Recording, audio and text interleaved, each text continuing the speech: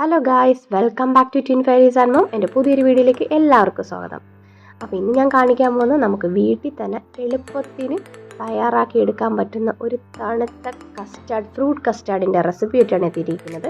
അപ്പോൾ നമുക്ക് നേരെ വീഡിയോയിലോട്ട് പോകാം. അപ്പോൾ അതിനായിട്ട് ഞാനിവിടെ എടുത്തിരിക്കുന്നത് ആദ്യം തന്നെ കസ്റ്റാർഡാണ്. അപ്പോൾ നമുക്കൊരു പാത്രം എടുക്കുക. പാത്രത്തിലോട്ട് ഒരു 3 സ്പൂണോളം കസ്റ്റാർഡ് ഞാൻ ഇട്ട് കൊടുക്കുന്നുണ്ട്. ഇനി ഈ കസ്റ്റാർഡ് നമുക്കൊന്ന് മിക്സ് ചെയ്തെടുക്കണം. നമ്മൾ മിക്സ് ചെയ്യുന്നത് പാലിലാണ് നമ്മളിത് മിക്സ് ചെയ്യുന്നത്. അപ്പോൾ പാലും കുറച്ച് കസ്റ്റാർഡ് പൗഡറും ഉണ്ടെങ്കിൽ നമുക്ക് എളുപ്പത്തിന് നമുക്ക് വീട്ടിൽ തയ്യാറാക്കാൻ പറ്റുന്ന ഒരു പുഡിങ്ങിൻ്റെ റെസിപ്പിയാണ്. നമുക്കൊരു സദ്യ കഴിച്ചതിന് ശേഷം അല്ലെങ്കിൽ നമ്മളൊരു ഹെവി ആയിട്ടുള്ളൊരു ബിരിയാണിയോ അങ്ങനത്തേക്ക് ഒരു ഫുഡ് കഴിച്ചതിന് ശേഷം നമുക്ക് എളുപ്പത്തിന് തന്നെ നമുക്ക് ഗസ്റ്റിനൊക്കെ പെട്ടെന്ന് കൊടുക്കാൻ പറ്റുന്ന ഒരു കസ്റ്റാർഡ് പുഡിങ്ങാണ്. അപ്പോൾ ഇനി നമുക്ക് വേണ്ടത് കുറച്ച് പാലാണ്. പാല് നമ്മളൊരു 1 ലിറ്ററോളം പാലെടുക്കുന്നുണ്ട്. ആ 1 ലിറ്ററോളം പാല് നമുക്ക് ചൂടാവാനായിട്ട് അടുപ്പിൽ ഒഴിച്ച് വെക്കാം. ഇനി നമുക്ക് വേണ്ടത് പഞ്ചസാരയാണ്. നമുക്കൊരു 4-5 സ്പൂൺ പഞ്ചസാര നമുക്ക് ഇട്ട് കൊടുക്കാം. അതൊക്കെ നമ്മൾ ഓരോരുത്തരുടെ മധുരത്തിനനുസരിച്ച് നമുക്ക് ഇട്ട് കൊടുക്കാവുന്നതാണ്. ഒരുപാട് മധുരം വേണമെന്നുള്ളവരൊക്കെയാണെങ്കിൽ കുറച്ച് അധികം പഞ്ചസാര നമുക്ക് ഇട്ട് കൊടുക്കാം. ഒരു ഗ്ലാസിൻ്റെ കാൽ ഭാഗത്തോളം നമുക്ക് ഇട്ട് കൊടുക്കാം. ഇനി പതുക്കെ നമുക്കിതൊന്ന് ഇളക്കി കൊടുക്കാം. ഇളക്കി അതൊന്ന് ചൂടായി വരട്ടെ. ചൂടായി വരുന്നിടം വരെ നമുക്ക് കാത്തിരിക്കാം. അപ്പോൾ അതൊക്കെ ഒന്ന് ഇളക്കി കൊടുക്കുന്നുണ്ട്. അപ്പോൾ അടിയിലൊക്കെ ഒന്ന് ഇതാവാതിരിക്കാൻ വേണ്ടിയിട്ടാണ് ഞാനിങ്ങനെ ഇളക്കി കൊടുക്കുന്നത്. അപ്പോൾ എപ്പോഴും പാല് വെച്ചിട്ട് നമ്മളിങ്ങനെ ശ്രദ്ധിച്ചുകൊണ്ടിരിക്കുമ്പോഴത്തേക്ക് പാല് തിളക്കത്തില്ല. പക്ഷേ നേരെ മറിച്ച് നമ്മൾ 1 സെക്കൻഡ് നമ്മളെ കണ്ണൊന്ന് മാറിക്കഴിഞ്ഞാൽ അപ്പോൾ തന്നെ പാല് ഇങ്ങനെ തൂകി വരും. അപ്പോൾ നിങ്ങൾക്ക് ആർക്കെങ്കിലും അങ്ങനത്തെ എക്സ്പീരിയൻസ് ഉണ്ടെങ്കിൽ നിങ്ങൾ പറയാം. കാര്യം എനിക്ക് അങ്ങനത്തെ എക്സ്പീരിയൻസ് ഉണ്ടായില്ല. ഇപ്പം തന്നെ നോക്കും, ഞാൻ എൻ്റെ കണ്ണൊന്ന് മാറിയപ്പോഴത്തേക്കും പാലങ്ങ് തിളച്ച് തൂകി. ഞാൻ പെട്ടെന്ന് തന്നെ അതങ്ങ് ഓഫ് ചെയ്തു.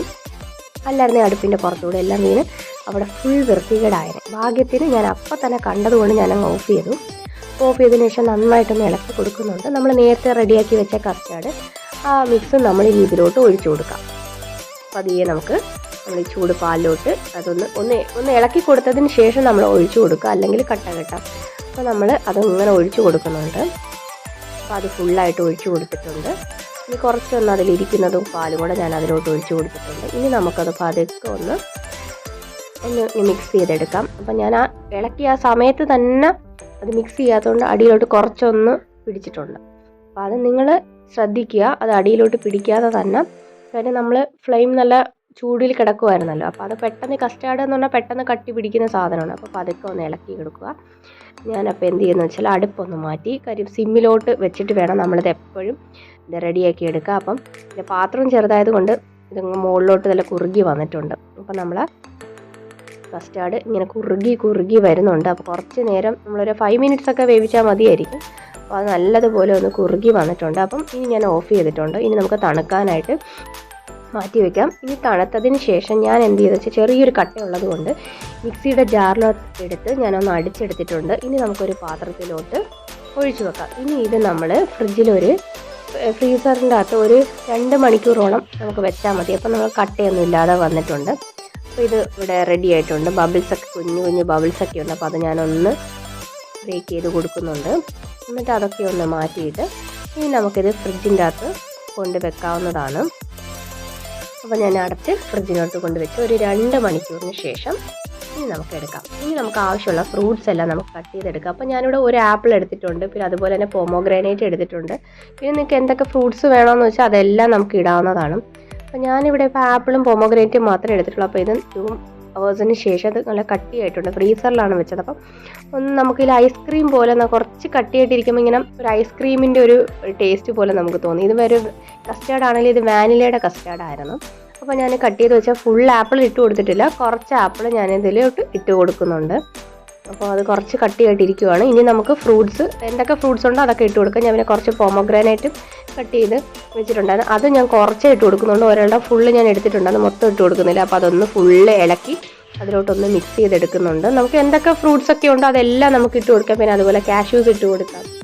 അതുപോലെ ഡ്രൈ ഫ്രൂട്ട്സ് എന്തെങ്കിലും ഉണ്ടെങ്കിൽ അതൊക്കെ നമുക്ക് ഇട്ട് കൊടുക്കാം. അപ്പോൾ വീട്ടിൽ ഒരു ഗസ്റ്റൊക്കെ വരുമ്പോൾ പെട്ടെന്ന് നമുക്കത് തയ്യാറാക്കി എടുക്കാൻ പറ്റിയ ഒരു പുഡിങ്ങാണ്. അപ്പോൾ ഇന്നിപ്പോൾ നമുക്കിവിടെ ഒരു ഗസ്റ്റ് ഉണ്ട്. അപ്പോൾ അതിന് വേണ്ടി ഒരു ഗസ്റ്റിന് കൊടുക്കാൻ വേണ്ടിയിട്ട് ഞാൻ തയ്യാറാക്കിയതാണ്. അപ്പം അതിനുശേഷം കുറച്ച് നേരം കൂടെ ഞാൻ ഫ്രിഡ്ജിൽ വെച്ചിരുന്നു. അപ്പോൾ ഗസ്റ്റ് വരുമ്പോൾ എടുത്താൽ മതിയല്ലോ. അപ്പോൾ കുറച്ച് സമയത്തിന് ശേഷം അവർക്ക് ഫുഡൊക്കെ കൊടുത്തതിന് ശേഷം നമ്മുടെ കസ്റ്റാർഡ് നമ്മളിവിടെ റെഡിയാക്കിയിട്ടുണ്ട്. അപ്പോൾ അത് നമുക്കിനി ഒരു ഗ്ലാസ്സിലോട്ട് ഇട്ട് കൊടുക്കാം. ഇനി നമുക്ക് ഒരു ഗ്ലാസ്സിലിട്ട് കൊടുത്തിട്ട് അതിലോട്ട് നമുക്ക് ഗ്ലാസ്സിൽ വേണമെന്നില്ല, ഇപ്പം ഐസ്ക്രീമിൻ്റെ ബൗളുണ്ടെങ്കിൽ അതിലോട്ട് ഇട്ട് കൊടുത്താലും മതി. അപ്പോൾ ഞാനിപ്പോൾ ഇവിടെ ഗ്ലാസിൻ്റെ കപ്പാണ് എടുത്തിരിക്കുന്നത്. അപ്പോൾ നമുക്ക് അതിലോട്ട് ഇട്ട് കൊടുക്കാം. എന്നിട്ട് അതിലൊരു സ്പൂണും കൂടെ വെച്ച് നമ്മളൊരു ഐസ്ക്രീം പോലെ തന്നെ നമുക്ക് ഇത് സെർവ് ചെയ്യാവുന്നതാണ്.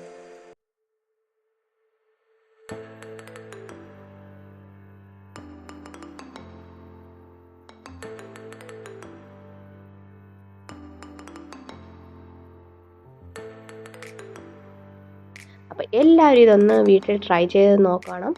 ഇഷ്ടമായെങ്കിൽ സപ്പോർട്ട് ചെയ്യണം. ഇനി മറ്റൊരു വീഡിയോയിലോട്ട് കാണുന്നവരേക്കും thanks for watching. Bye by.